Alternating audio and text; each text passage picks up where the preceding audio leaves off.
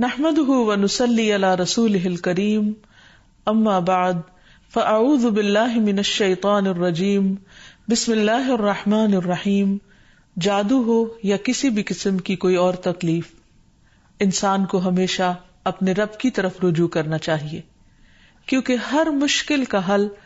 ہر تکلیف سے نجات دینے کی طاقت صرف اس کے پاس ہے، کسی اور کے پاس نہیں. اور اللہ سبحانہ وتعالی خود فرماتے ہیں وَقَالَ رَبُّكُمُ ادْعُونِي أَسْتَجِبْ لَكُمْ، تمہارا رب کہتا ہے کہ مجھ سے دعا مانگو، ادعونی، میرے آگے ہاتھ پھیلاؤ، استجب لکم، میں تمہاری دعا قبول کروں گا. نبی صلی اللہ علیہ وسلم نے فرمایا کہ سب سے زیادہ عاجز وہ ہے جو دعا کرنے سے عاجز ہے، یعنی جو اپنے رب کو نہیں پکارتا. حقیقت یہ ہے کہ ہم سب رب کے محتاج ہیں اور رب ہی کے پاس ہر مسئلے کا حل ہے. اس لیے ہمیں ہر حال میں اٹھتے بیٹھتے سوتے جاگتے جب بھی تکلیف کا احساس ہو، جب بھی کسی ضرورت کا احساس ہو، فوراً اپنے رب کو پکارنا چاہیے اور پھر رب کے ساتھ ایک تعلق مضبوط رکھنا چاہیے، اور وہ رب کی یاد کا تعلق ہے. رب کی یاد دل سے بھی ہوتی ہے، زبان سے بھی ہوتی ہے، اور اس کے لیے کچھ اعمال ایسے ہیں جو رب کی یاد کا اظہار کرتے ہیں، جیسے نماز وغیرہ. تو انسان عام حالات میں بھی رب کو یاد کرتا رہے، لیکن خصوصی طور پر اگر وہ کسی تکلیف سے دوچار ہو، اس وقت اپنے رب کی طرف خوب دل لگا کر دعائیں کرے، رجوع کرے اور اپنے رب سے مانگے. اللہ سبحانہ تعالیٰ بندے کی دعا ہر وقت قبول کرتا ہے، لیکن اگر کوئی تکلیف یا بیماری ہو یا جادو کی شکایت ہو تو اس کے لیے باقاعدہ طریقے پر بیٹھ کر اپنے رب کو پکارنا، قبولیت کے اوقات میں رب کو پکارنا بہت ضروری ہے، کیونکہ جتنی بڑی مشکل ہوتی ہے اس سے نجات کے لیے اتنی ہی بڑی ایفرٹ بھی لگانی پڑتی ہے. اس لیے ضروری ہے کہ اللہ تعالی سے بہت اچھی طرح دعا کی جائے، گڑ گڑا کر، اور اس سے پہلے اللہ تعالیٰ کی حمد و ثنا اور تعریف کے کلمات کہنا نہ بھولیے. سبحان اللہ والحمد للہ ولا الہ الا اللہ واللہ اکبر ولا حول ولا قوۃ الا باللہ. سبحان اللہ، پاک ہے اللہ، اللہ ہی کی تسبیح ہے، والحمد للہ، اب سب تعریف اللہ کے لیے ہے،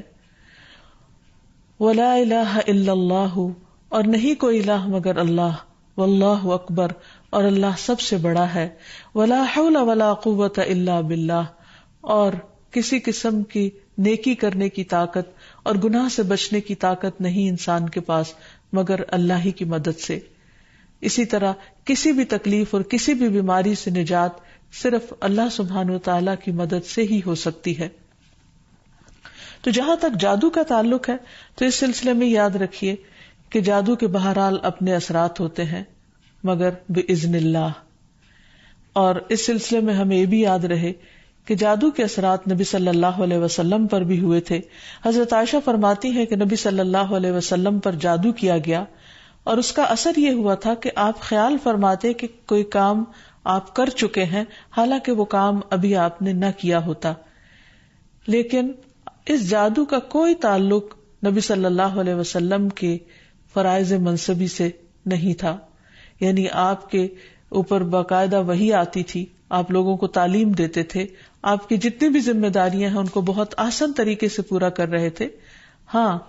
بعض اوقات عام روزمرہ کے کاموں میں کچھ خلل واقع ہو جاتا. اسی طرح حضرت عائشہ رضی اللہ تعالی عنہا پر بھی جادو کیا گیا. اس سلسلے میں عمرہ جو ان کی شاگرد ہیں وہ کہتی ہیں کہ ایک مرتبہ حضرت عائشہ بیمار ہو گئی اور ان کی بیماری کا دورانیہ بہت لمبا ہو گیا، یعنی وہ ٹھیک نہیں ہو رہی تھی. اسی دوران مدینہ منورہ میں ایک طبیب آیا، یعنی علاج معالجہ کرنے والا. تو حضرت عائشہ کے بھتیجے ان کے پاس گئے اور انہوں نے حضرت عائشہ کا نام لیے بغیر ان کی ساری علامات بتائیں کہ وہ کس قسم کی تکلیف میں مبتلا ہیں، اور ان سے پوچھا کہ یہ کس قسم کی بیماری ہے. تو اس طبیب نے کہا کہ جس عورت کے بارے میں یہ علامات بتائی جا رہی ہیں ان پر کسی نے جادو کیا ہے. بہرحال تحقیق کرنے پر پتہ چلا کہ حضرت عائشہ کی ایک باندی تھی جس کے ساتھ انہوں نے یہ وعدہ کیا تھا کہ وہ ان کی وفات کے بعد آزاد ہوں گی. تو اس باندی نے آپ پر جادو کر دیا تاکہ حضرت عائشہ کی وفات جلد ہو جائے اور وہ آزاد ہو سکیں. بہرحال اس کے بعد حضرت عائشہ نے اس کو عربوں کے ایک مضبوط قبیلے کے ہاتھوں بیچ دیا اور اس کی قیمت کے بدلے ایک اور غلام کو آزاد کر دیا. تو اس واقعے سے بھی پتہ چلتا ہے کہ بہرحال جادو برحق ہے، یعنی جادو ایک اثر رکھتا ہے. برحق ہونے کا مطلب یہ نہیں کہ اس کا کرنا درست ہے، ہرگز نہیں، بلکہ جادو تو کفر ہے، جادو تو کبیرہ گناہوں میں سے ایک گناہ ہے. لیکن لوگ بہت سے اور کبیرہ گناہوں کی طرح اس گناہ کا بھی ارتکاب کرتے چلے جاتے ہیں. تو اس لیے اس بارے میں معلوم ہونا چاہیے انسان کو کہ یہ کس قسم کی بیماری ہے، کس قسم کی تکلیف ہے اور اس کے مقاصد کیا ہیں اور اس کا علاج کیا ہے. سب سے پہلی بات تو یہ ہے کہ جادو عموماً دشمنی یا حسد کی وجہ سے کیا جاتا ہے، یا کسی سے کوئی انتقام لینے کے لیے، کوئی بدلہ لینے کے لیے، اور اس کا مقصد یہ ہوتا ہے کہ دوسرے کو تکلیف میں مبتلا کر دیا جائے. یہ بالکل ایسے ہی ہے جیسے لوگوں کو جسمانی طور پر تکلیف میں مبتلا کیا جاتا ہے کہ کسی کو کچھ مارا جائے ہاتھ سے یا کسی ڈنڈے سے تو جسم کو تکلیف ہوتی ہے. اسی طرح روح کو بھی تکلیف پہنچتی ہے، اور روح کی تکلیف کچھ الفاظ کے ذریعے ہوتی ہے. جیسے عام روزمرہ زندگی میں بھی جب کوئی ہماری تعریف کرتا ہے تو ہمیں اچھا لگتا ہے، اور جب کوئی ہمیں گالی گلوچ کرتا ہے تو ہمیں اس سے تکلیف پہنچتی ہے، اذیت پہنچتی ہے. چونکہ روح اور جسم آپس میں گندے ہوئے ہیں، اس لیے اگر جسم کو کوئی تکلیف پہنچتی ہے تو وہ اس کا اثر روح تک جاتا ہے. اسی طرح اگر روح پر کوئی چیز اثر انداز ہوتی ہے، کوئی کلام یا کچھ ایسے عملیات، تو اس کا اثر جسم تک بھی جاتا ہے. اور اس طرح انسان جادو کے اثر سے نہ صرف یہ کہ روحانی طور پر بلکہ بعض اوقات جسمانی طور پر بھی بیمار ہو سکتا ہے. اور اس میں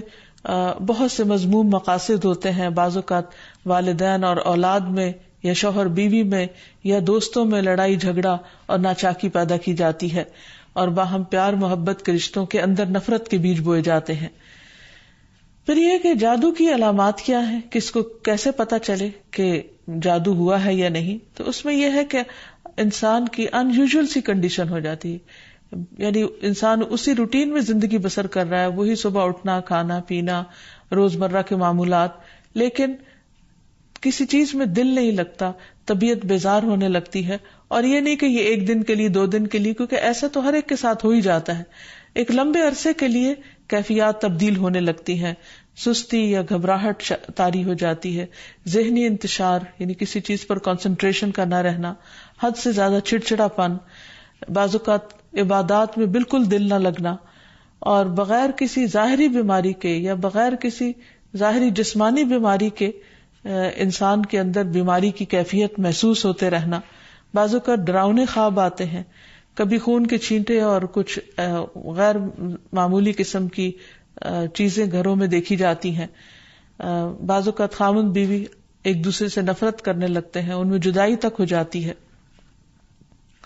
لیکن اس کا یہ مطلب نہیں کہ ان علامات میں سے کوئی ایک علامت کسی وقت انسان کے اندر پائی جائے تو انسان فوراً شک کرے کہ مجھ پر جادو کر دیا گیا. کیونکہ آج کل یہ وبا بھی بہت عام ہو چکی ہے کہ ہر دوسرا شخص اس وہم میں گرفتار ہے کہ اس پر کسی نے کچھ کر دیا ہے. یہ ضروری نہیں ہوتا کہ ہر وقت ایسی علامات کسی کے کچھ کیے سے ہی ہوں. یہ ویسے بھی انسان ہے، کبھی تھک جاتا ہے، کبھی غذا میں کوئی تبدیلی ہو جاتی ہے، کبھی ویسے بھی انسان کا دل اللہ کے ہاتھ میں ہے، جس طرف چاہے اس کو پھیر دے. تو انسان کی طبیعت میں ایک ملال سا اور ایک سستی، ایک بے چینی سی پائی جاتی ہے. تو ان سب چیزوں کا تعلق ضروری نہیں کہ جادو سے ہی ہو، لیکن اگر جادو ہو تو یہ علامات انسان میں دکھائی دیتی ہیں. اب اگر کسی کے اندر ایسی چیزیں ہیں اور علاج کے باوجود، جسمانی علاج کے باوجود شفا نہیں ہو رہی، تو اس کے لیے ضروری ہے کہ انسان پھر روحانی علاج بھی کرے. روحانی علاج کے لیے ضروری نہیں کہ کسی بابے کے پاس یا کسی مذہبی بزرگ کے پاس ہی انسان جائے. انسان خود بھی اللہ سبحانہ وتعالیٰ کا کلام پڑھ سکتا ہے اور پورے یقین اور ایمان کے ساتھ، اور اس سے انسان کو شفا ہو سکتی ہے. کیونکہ کسی انسان کے ہاتھ میں کوئی طاقت نہیں، اصل طاقت اللہ کے کلام میں ہے، جس کو پورے یقین اور ایمان کے ساتھ پڑھنا چاہیے. بہرحال اس سے پہلے کہ انسان کسی ایسے جادو کا شکار ہو، کچھ حفاظتی تدابیر بتائی گئی ہیں. جیسے جسمانی بیماریوں سے بچنے کے لیے حفاظتی تدابیر بتائی جاتی ہیں، ایسے ہی روحانی بیماریوں سے بچنے کے لیے بھی حفاظتی تدابیر ہیں. اس میں سب سے پہلے تو یہ کہ انسان پاک صاف رہے، طہارت اور وضو کا اہتمام کرے، عبادات کی پابندی کرے، کیونکہ شیاطین ایسے شخص پر اثر انداز نہیں ہو سکتے کہ جو اللہ سبحانہ تعالیٰ کے ساتھ مضبوط تعلق رکھتے ہیں. عبداللہ بیان کرتے ہیں کہ نبی صلی اللہ علیہ وسلم کے سامنے ایک شخص کا ذکر کیا گیا کہ وہ صبح تک پڑا سوتا رہا اور نماز کے لیے بھی نہیں اٹھا، تو آپ نے فرمایا شیطان نے اس کے کان میں پیشاب کر دیا، یعنی اپنی نجاست بھر دی. تو اس سے یہ پتہ چلتا ہے کہ ایسے لوگوں پر جو فرائض سے غفلت برتتے ہیں وہ زیادہ ایسی بیماریوں کا شکار ہوتے ہیں. اسی طرح عبادات کی پابندی بہت ضروری ہے، کیونکہ جب انسان اللہ تعالیٰ کے آگے جھکتا ہے، اللہ تعالیٰ کے ساتھ اس کا تعلق مضبوط ہوتا ہے، تو نہ تو وہ توہمات کا شکار ہوتا ہے اور نہ ہی وہ جادو اور مختلف چیزوں کا شکار ہوتا ہے، یعنی شیطانی اثرات اس پر کم سے کم ہوتے ہیں. اسی لیے نبی صلی اللہ علیہ وسلم کے سامنے جب ذکر کیا گیا کہ ایک شخص صبح تک پڑا سوتا رہا اور نماز کے لیے بھی نہیں اٹھا، تو اس پر آپ نے فرمایا کہ شیطان نے اس کے کان میں پیشاب کر دیا ہے، یعنی اپنی نجاست اس میں ڈال دی ہے. تو جو شخص شیطانی نجاست کے اثر میں ہو پھر وہ سب سے بڑی بیماری اس کو لاحق ہو جاتی ہے، چاہے اس کو جادو کہیں یا کچھ اور. لیکن حقیقت یہ ہے کہ انسان جب اللہ کا اطاعت گزار بنتا ہے، رب کا فرما بردار بنتا ہے، تو شیطان اس کو اپنے کنٹرول میں نہیں لے سکتا، کیونکہ اللہ تعالیٰ فرماتے ہیں ان عبادی لیس لک علیہم سلطان، میرے بندے تیرا ان پر کوئی زور نہیں چلتا، کوئی زور نہیں چل سکے گا. ایک اور جگہ پر فرمایا الا عبادک المخلصین، مگر تیرے چنے ہوئے بندے. تو ہمیں ایسے بندوں میں شامل ہو جانا چاہیے جو اللہ کے محبوب ہیں، اللہ کے چنے ہوئے ہیں، اور اس کے لیے اللہ تعالیٰ نے جو ہمیں احکامات دیے ہیں، جو طریقے سکھائے ہیں، ان کے مطابق زندگی بسر کی جائے. پھر اسی طرح یہ ہے کہ کثرت سے اللہ تعالیٰ کا ذکر کیا جائے، خصوصاً استغفار، کیونکہ بہت سی تکلیفیں انسان کے اپنے ہی گناہوں کی وجہ سے آتی ہیں. جیسے آتا ہے ما اصابکم من مصیبت فبما کسبت ایدیکم، جو بھی مصیبت تم کو پہنچی وہ تمہارے اپنے ہاتھوں کی کمائی کی وجہ سے تھی. پھر اسی طرح اپنے گھروں کو تصاویر اور مجسموں سے پاک کرنا چاہیے، کیونکہ رسول اللہ صلی اللہ علیہ وسلم نے فرمایا فرشتے اس گھر میں داخل نہیں ہوتے جہاں کتا اور تصویر ہوتا ہے. پھر حفاظتی تدابیر میں سے یہ بھی ہے کہ انسان اپنے کھانے پینے کی عادات کو درست کرے،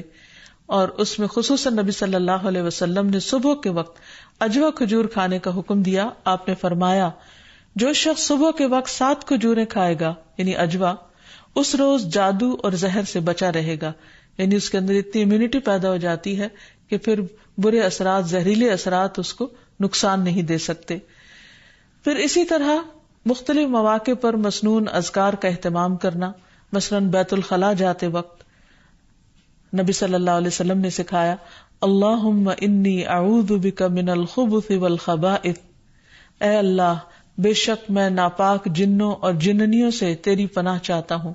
کیونکہ جادو میں بھی عموماً جنات کو استعمال کیا جاتا ہے اور وہ گندی جگہوں پر رہنا پسند کرتے ہیں. اسی لیے جب کوئی بیت الخلاء جائے تو یہ دعا پڑھ لے تو انشاءاللہ اس سے ان کے شر سے محفوظ رہے گا. پھر اسی طرح آپ نے فرمایا جنوں کی آنکھوں اور بنی آدم کی شرم گاہوں کا پردہ یہ ہے کہ جب کوئی بیت الخلاء جائے تو بسم اللہ پڑھ لے، تو کوئی بھی اس کو پھر دیکھ نہیں سکتا. پھر اسی طرح شوہر بیوی کے خاص تعلق میں بھی دعا سکھائی گئی، بسم اللہ اللہم جنبنا الشیطان وجنب الشیطان ما رزقتنا. اللہ کے نام کے ساتھ میں شروع کرتا ہوں، اے اللہ ہمیں شیطان سے بچا اور شیطان کو اس چیز سے دور رکھ جو اس کے نتیجے میں تو ہمیں عطا فرمائے. تو آپ نے فرمایا کہ اگر اس کے بعد میاں بیوی کو کوئی اولاد ملے گی تو شیطان اسے نقصان نہیں پہنچا سکتا. اسی طرح تحلیل پڑھنا، لا الہ الا اللہ وحدہ لا شریک لہ لہ الملک ولہ الحمد وہو علی کل شیء قدیر، کہ اللہ کے سوا کوئی معبود نہیں، تنہا ہے، اس کا کوئی شریک نہیں، اسی کے لیے بادشاہی ہے اور اسی کے لیے تعریفیں ہیں، اور وہ ہر چیز پر قدرت رکھنے والا ہے. دن میں جو شخص 100 دفعہ اس کو پڑھے گا اس کے لیے 10 غلاموں کو آزاد کرنے کا ثواب ہے، 100 نیکیاں لکھی جائیں گی، 100 برائیاں مٹائی جائیں گی، اور خصوصاً اس دن وہ شام تک شیطان کے شر سے محفوظ رہے گا، اور کوئی شخص اس دن اس سے بہتر عمل کرنے والا نہیں سمجھا جائے گا سوائے اس کے جو اس سے زیادہ اس کو پڑھے۔ پھر اسی طرح انسان ہر معاملے میں جہاں بھی انسان کو مشکل ہو اللہ تعالیٰ کی پناہ میں اپنے آپ کو دے۔ تو خلاصہ کلام یہ ہے کہ انسان اپنے آپ کو مختلف طرح کے توہمات سے بھی بچائے، اور ہر چھوٹی بڑی بات کو جادو قرار نہ دے، یا کسی کام کو کرنے کا ارادہ نہ ہو تو یہ سوچے کہ یہ مجھ پر جادو کر دیا گیا ہے اس لیے میں اس کام کو نہیں کر سکتا۔ تو یہ دراصل شیطانی وسوسے ہوتے ہیں، اس لیے ان سے بچنا بھی ضروری ہے۔ بہرحال اگر ایسے وسوسے ہوں یا حقیقت میں کوئی بیماری ہو تو اس کا علاج بھی بتایا گیا ہے، کیونکہ کوئی بیماری ایسی نہیں کہ جو قابل علاج نہ ہو۔ رسول اللہ صلی اللہ علیہ وسلم نے فرمایا ہر بیماری کے لیے دوا ہے، جب کسی مریض کو صحیح طریقے پر بیماری کی دوا پہنچتی ہے تو وہ اللہ تعالیٰ کے حکم سے درست ہو جاتا ہے۔ اسی طرح جادو بھی ایک بیماری ہے، اور اس بیماری کا علاج بھی قرآن و سنت میں موجود ہے۔ اس کے لیے سب سے پہلے تو یہ پتہ لگانے کی ضرورت ہے کہ کیا واقعی جادو ہے بھی یا نہیں۔ اور اس میں ہم دیکھتے ہیں کہ نبی صلی اللہ علیہ وسلم کو خواب کے ذریعے دکھایا گیا تھا کہ ان پر جو جادو کیا گیا ہے وہ کہاں پر دبایا گیا ہے، تو آپ نے اس کو نکلوایا تھا۔ لیکن ضروری نہیں کہ ہم میں سے ہر ایک کو یہ پتا چل سکے کہ جادو ہے کہاں۔ اول تو ہو سکتا ہو ہی نہ، صرف توہم ہی ہو، ایک خیال ہی ہو کسی کا، کیونکہ بعض چیزیں انسان جب بار بار سوچتا ہے تو وہ اس کو حقیقت معلوم ہونے لگتی ہیں۔ لیکن اگر انسان کو کوئی ایسا خواب آ جائے تو ٹھیک ہے، اور اگر نہیں بھی آتا تو انسان اللہ سبحانہ وتعالیٰ کا ذکر کرتا رہے اور اس کے ذریعے علاج کرے۔ اس میں خاص طور پر شرعی دم جسے رقیہ شرعیہ کہا جاتا ہے، آج کل مختلف قراء کی آواز میں قرآن مجید کی سلیکٹڈ آیات ریکارڈ کر دی گئی ہیں، مریض اس کو بار بار سنتا رہے تو انشاءاللہ اس کا توڑ ہو جائے گا۔ پھر اسی طرح اللہ تعالیٰ کی کتاب سے علاج، کیونکہ قرآن مجید میں آتا ہے وَنُنَزِّلُ مِنَ الْقُرْآنِ مَا هُوَ شِفَاءٌ وَرَحْمَةٌ لِّلْمُؤْمِنِينَ، اور ہم قرآن کے ذریعے سے وہ چیز نازل کرتے ہیں جو مومنوں کے لیے شفا اور رحمت ہے۔ تو قرآن مجید میں جیسے سب سے پہلے سورۃ الفاتحہ پڑھنا، کیونکہ اس کے اندر اللہ تعالیٰ سے مدد مانگی جاتی ہے، ایاک نعبد و ایاک نستعین، صرف تیری ہم عبادت کرتے ہیں اور صرف تجھی سے ہم مدد چاہتے ہیں کہ یا اللہ تو ہماری اس بیماری اور تکلیف کو دور فرما دے۔ پھر اسی طرح آیت الکرسی، کیونکہ جب انسان آیت الکرسی پڑھتا ہے تو اللہ سبحانہ وتعالیٰ کی طرف سے اس کے لیے ایک خاص محافظ مقرر کر دیا جاتا ہے، اور اگر رات کو انسان پڑھ کر سوتا ہے تو صبح تک وہ فرشتہ انسان کی حفاظت کرتا ہے۔ پھر اسی طرح سورۃ البقرہ کا پڑھنا، رسول اللہ صلی اللہ علیہ وسلم نے فرمایا سورۃ البقرہ پڑھا کرو، کیونکہ اس کا پڑھنا باعث برکت ہے، اسے چھوڑنا باعث حسرت ہے، اور اس کے پڑھنے والے پر جادوگر قدرت نہیں پا سکتے۔ یعنی جو شخص قرآن پڑھتا ہے، خصوصاً سورۃ البقرہ پڑھتا رہتا ہے، تو کسی کا جادو اس شخص پر اثر نہیں کرتا۔ پھر اسی طرح معوذات پڑھنا، رسول اللہ صلی اللہ علیہ وسلم نے فرمایا صبح اور شام 3 بار معوذات کہہ لو تو یہ تمہاری ہر چیز سے کفایت کریں گی، یعنی سورۃ الاخلاص، قل اعوذ برب الفلق اور قل اعوذ برب الناس۔ اس کے علاوہ بھی مریض قرآن مجید کی تلاوت کثرت کے ساتھ کرتا رہے،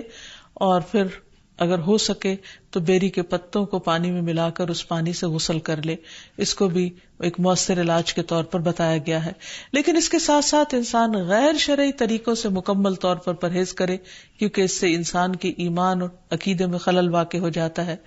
رسول اللہ صلی اللہ علیہ وسلم نے فرمایا جس نے حرام چیز کے ساتھ علاج کیا اللہ تعالیٰ اس کے لیے اس میں شفا نہیں بنائے گا، یعنی اس کو پھر فائدہ نہیں ہوگا۔ پھر اسی طرح جادو کا علاج جادو سے نہیں کرنا چاہیے، یعنی اگر انسان کو کبھی ایسا وہم ہو تو جادوگروں کے پاس نہ جائے یا ایسے طریقے اختیار نہ کرے کہ جس سے جو ہمارے دین میں نہیں یا ہماری شریعت کے خلاف جاتے ہیں۔ رسول اللہ صلی اللہ علیہ وسلم نے فرمایا جو جادو کرے یا جادو کروائے یا جو کسی کاہن کے پاس آئے اور اس کی بات کی تصدیق کرے تو اس نے اس چیز کا انکار کیا جو محمد صلی اللہ علیہ وسلم پر نازل ہوئی۔ اسی لیے غیر شرعی جھاڑ پھونک سے مکمل اجتناب کرنا چاہیے۔ نبی صلی اللہ علیہ وسلم سے نشرہ کے بارے میں دریافت کیا گیا تو آپ نے فرمایا یہ شیطانی عمل ہے۔ اور نشرہ کیا ہوتا ہے؟ جن یا جادو اتارنے کے لیے شرکیہ یا جاہلانہ منتر پڑھنا اور یا پڑھوانا۔ تو ایسے الفاظ جس کا بعض اوقات معنی معلوم نہیں ہوتا اور یہ بھی نہیں پتا ہوتا کہ اللہ تعالیٰ کو پکارا جا رہا ہے یا کسی جن یا کسی اور شیطان کو پکارا جا رہا ہے اور اس سے مدد لی جا رہی ہے، تو اس لیے کسی بھی ایسے کلام کو پڑھنا یا کسی پڑھوانا درست نہیں. پھر اسی طرح کاہنوں اور نجومیوں کے پاس جانے سے منع کیا گیا. نبی صلی اللہ علیہ وسلم نے فرمایا، جس نے کسی نجومی کے پاس جا کر اس سے کسی چیز کے بارے میں سوال کیا تو اس کی 40 رات کی نمازیں قبول نہیں ہوگی، یعنی اس نے اپنے دین کی بربادی کر لی. تو اس لیے کسی کے پاس جانے کی بجائے خود انسان زیادہ سے زیادہ قرآن مجید پڑھے، اور اگر وہ پڑھا ہوا نہیں تو آج ہر طرف بہت سی کیسٹس اور سی ڈیز اور ایسی چیزیں ملتی ہیں کہ جس سے انسان قرآن مجید کی تلاوت مسلسل سن سکتا ہے. ہو سکے تو مکمل قرآن مجید ایک ایک ہفتے میں سن کر اپنے بیماری کا علاج کیا جائے. پھر اسی طرح یہ ہے کہ باقی دعائیں بھی جو جادو کے توڑ کی بتائی گئی ہیں ان کو پڑھتے رہنا انسان کو فائدہ دیتا ہے، جس میں خاص طور پر اور آخر میں یہ 2 خاص دعائیں جو نبی صلی اللہ علیہ وسلم نے جنات اور جادو کے شر سے بچنے کے لیے سکھائی ہیں، ان کو بار بار پڑھتا رہے، صبح و شام پڑھتا رہے حتیٰ کہ افاقہ ہو جائے. پہلی دعا ہے اعوذ بکلمات اللہ التامات التی لا یجاوزہن بر ولا فاجر من شر ما خلق وذرأ وبرأ ومن شر ما ينزل من السماء ومن شر ما يعرج فيها ومن شر ما ذرأ في الأرض ومن شر ما يخرج منها ومن شر فتن الليل والنهار ومن شر كل طارق إلا طارقا يطرق بخير يا رحمن. میں اللہ کے کامل کلمات کے ساتھ پناہ چاہتا ہوں جن سے آگے نہ تو کوئی نیک اور نہ ہی کوئی برا شخص بڑھ سکتا ہے، ہر اس چیز کے شر سے جس کو اس نے بنایا، پیدا کیا اور پھیلایا، اور ہر اس چیز کے شر سے جو آسمان سے اترتی ہے، اور ہر اس چیز کے شر سے جو اس میں چڑھتی ہے، اور ہر اس چیز کے شر سے جسے اس نے زمین میں پیدا کیا، اور اس چیز کے شر سے جو اس سے نکلتا ہے، اور رات اور دن کے فتنوں کے شر سے اور رات کو آنے والے کے شر سے، سوائے اس کے جو خیر کے ساتھ آئے، اے رحم فرمانے والے. تو یہ دعا اور ایک اور دعا جو شدید جنات کے حملے سے بچانے والی دعا ہے، جس کے بارے میں کعب الاحبار کہتے ہیں کہ اگر میں یہ چند کلمات نہ پڑھتا تو یہود مجھے گدھا بنا دیتے. لوگوں نے پوچھا وہ کلمات کیا ہیں؟ تو کعب نے کہا اعوذ بوجہ اللہ العظیم الذی لیس شیء اعظم منہ وبکلمات اللہ التامات التی لا یجاوزہن بر ولا فاجر وباسماء اللہ الحسنى كلها ما علمت منها وما لم اعلم من شر ما خلق وبرأ وذرأ. میں اللہ کے عظیم چہرے کی پناہ مانگتا ہوں جس سے عظیم کوئی اور چیز نہیں،